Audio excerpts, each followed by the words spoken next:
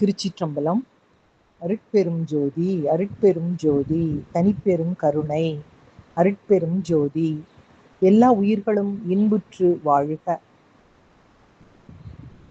நாம் நமது வீட்டில் பூஜை செய்யும் போது கடவுளுக்கு பழம், தேங்காய், மலர், தீபம், நைவேத்தியம் போன்றவற்றை வைத்து வழிபடுவது என்பது அனைவருக்கும் தெரிந்த ஒன்றாகும். ஒரு சிறிய பாத்திரத்தில் தண்ணீர் வைத்து வழிபடுவது என்பது ஒரு ஆன்மீக அறிவு என்பதை நாம் அறிந்து கொள்ள வேண்டும். தண்ணீர் உயிரின் மூல ஆதாரம். இந்த உலகில் எந்த உயிரும் தண்ணீர் இல்லாமல் வாழ முடியாது. தண்ணீர் என்பது உயிரின் தொடக்கம், வளர்ச்சி, பரிபூரணம் ஆகிய அனைத்திற்கும் அடிப்படை. அதனால் நமது முன்னோர்கள் தண்ணீரை வெறும் பொருளாக பார்க்கவில்லை, அதை தெய்வீக சக்தியின் வடிவமாக கருதினர்.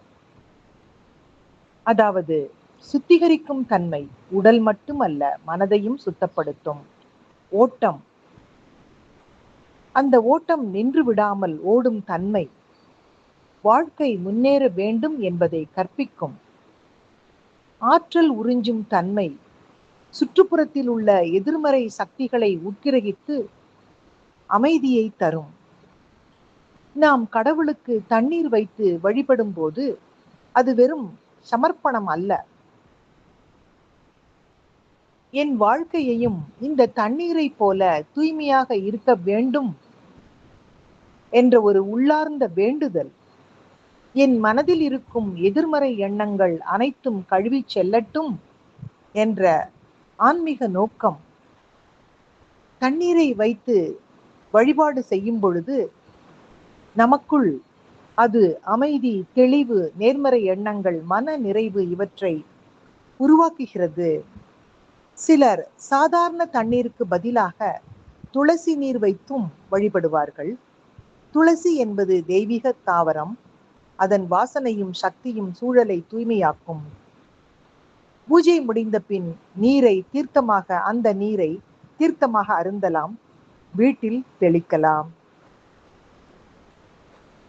நீரை வெள்ளி பாத்திரத்திலோ அல்லது தாமிரம், பித்தளை, மண் பாத்திரம் போன்றவற்றிலோ வைத்து வழிபடுவது சிறந்தது.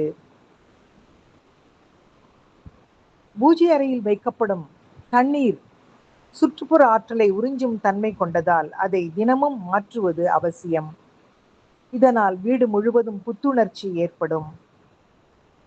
வடக்கு திசை தண்ணீருக்கான திசை என கருதப்படுவதால் தண்ணீரை வடக்கு பக்கத்தில் வைத்து வழிபடுவது நல்லது.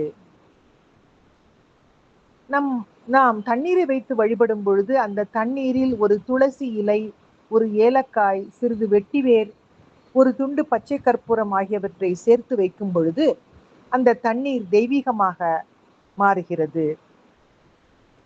மாறி தெய்வீக தீர்த்தமாக நாம் உட்கொள்ளலாம்.